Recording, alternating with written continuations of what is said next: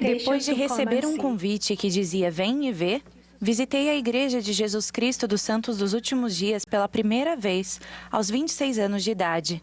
Eu havia me separado recentemente de meu primeiro marido. Tinha um filho de 3 anos de idade. Sentia-me impotente e com medo. Quando entrei no edifício, senti um calor aconchegante ao perceber a fé e a alegria das pessoas ao meu redor. Era realmente um refúgio contra a tempestade. 3 semanas depois, fiz o convênio batismal com o Pai Celestial e comecei minha jornada como discípula de Cristo. Embora minha vida não tenha sido perfeita ao longo dessa jornada. Para que eu recebesse essas bênçãos eternas, muitos elementos físicos e espirituais tinham que estar presentes. O Evangelho de Jesus Cristo havia sido restaurado e pregado. Aquela capela havia sido construída e conservada. Havia uma estrutura eclesiástica, desde o profeta até os líderes locais. E um ramo cheio de membros do convênio estava pronto para abraçar a mim e a meu filho quando fomos levados ao Salvador, nutridos pela boa palavra de Deus, e tivemos oportunidades de servir. Desde o princípio, Deus procurou reunir e organizar seus filhos para levar a efeito nossa imortalidade e vida eterna.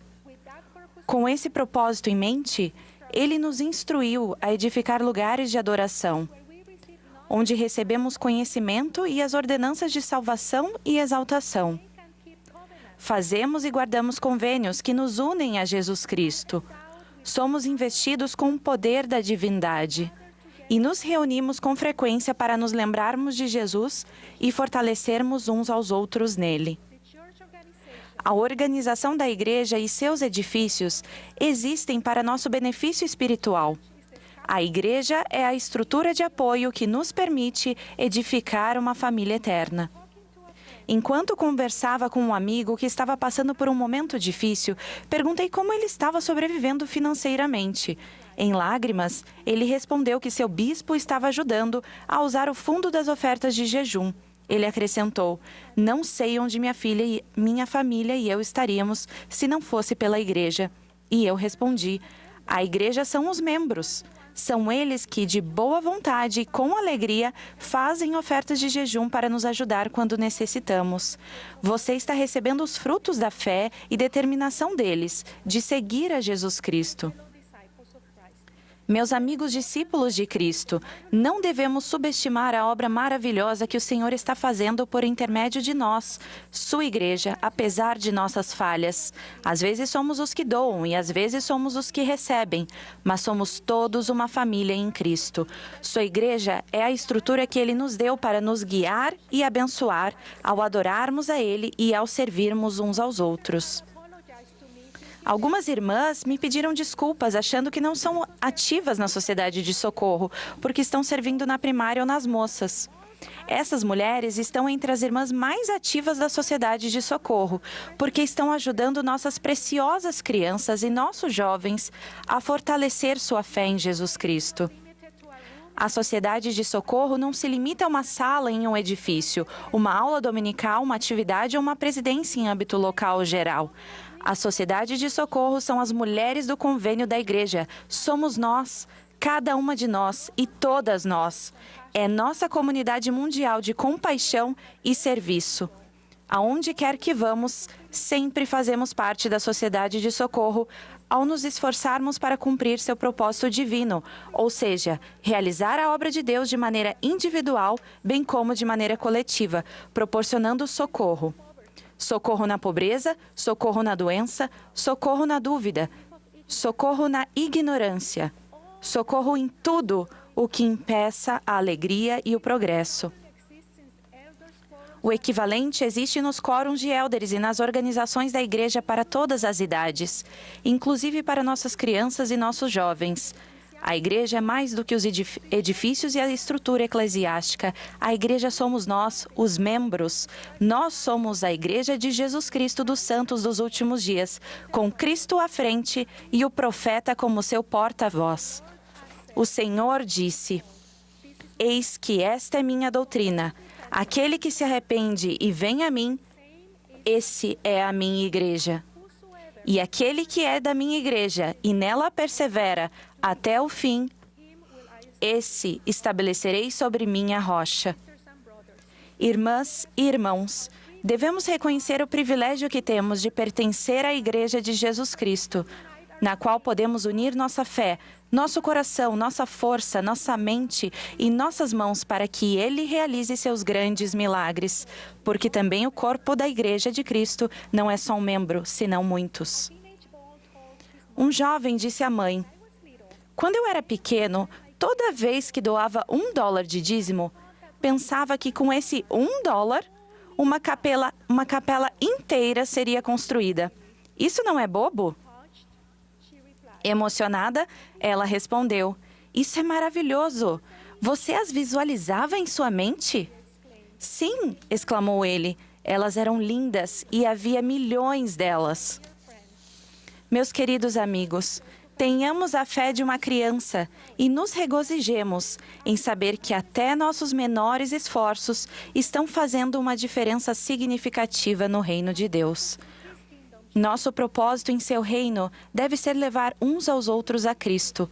Conforme lemos nas Escrituras, o Salvador fez este convite aos nefitas: "Tendes enfermos entre vós? Trazei-os aqui. Há entre vós pessoas que estejam aflitas de algum modo? Trazei-os aqui e eu os curarei. Porque tenho compaixão de vós. Minhas entranhas estão cheias de misericórdia. Vejo que vossa fé é suficiente para que eu vos cure." Não temos todos aflições que podem ser levadas aos pés do Salvador? Embora alguns de nós tenham desafios físicos, muitos mais lutam contra conflitos emocionais. Outros têm dificuldade para cultivar relacionamentos sociais. E todos buscamos alívio quando nosso espírito é desafiado. Estamos todos aflitos de alguma forma. Lemos que toda a multidão, de comum acordo, adiantou-se com seus doentes e com todos aqueles que estavam aflitos de qualquer forma, e ele curou a todos, à medida que foram conduzidos à sua presença. E todos eles, tanto os que haviam sido curados, como os que eram sãos, prostraram-se a seus pés e adoraram-no. Desde um menino que paga o dízimo com fé, a uma mãe que cria os filhos sozinha e precisa da graça fortalecedora do Senhor, a um pai que luta para sustentar sua família, a nossos antepassados que precisam das ordenanças de salvação e exaltação, a cada um de nós que renova os convênios com Deus todas as semanas, precisamos uns dos outros e podemos levar uns aos outros para a cura redentora do Salvador. Meus queridos irmãos e irmãs, sigamos o convite de Jesus Cristo de levar a nós mesmos e nossas aflições a Ele. Quando nos achegamos a Ele e levamos a Ele aqueles a quem amamos, Ele vê nossa fé. Ele os curará e nos curará. Como pacíficos seguidores de Cristo, estamos nos esforçando para nos tornar unos de coração e vontade, e ser humildes, submissos, mansos, fáceis de persuadir, cheios de paciência e longanimidade, moderados em todas as coisas, diligentes em guardar os mandamentos de Deus em todos os momentos, cheios de fé, esperança, caridade e abundantes em boas obras. Estamos nos esforçando para nos tornar semelhantes a Jesus Cristo. Testifico que, como Igreja de Cristo, somos o meio pelo qual nosso Salvador e Redentor Jesus Cristo realizará algumas de suas obras mais poderosas no período entre agora e quando ele vier novamente, como ensinou o presidente Russell M. Nelson. O Senhor disse: "Eis que apressarei minha obra a seu tempo, e dou a vós o mandamento, de que vos reunais e vos organizeis e vos prepareis, e vos santifiqueis. Sim, purificai o coração e lavai as mãos e os pés perante mim, para que eu vos torne limpos." Que respondamos a esse convite divino e nos reunamos, organizemos, preparemos e santifiquemos com alegria. É minha humilde oração, em nome de Jesus Cristo. Amém.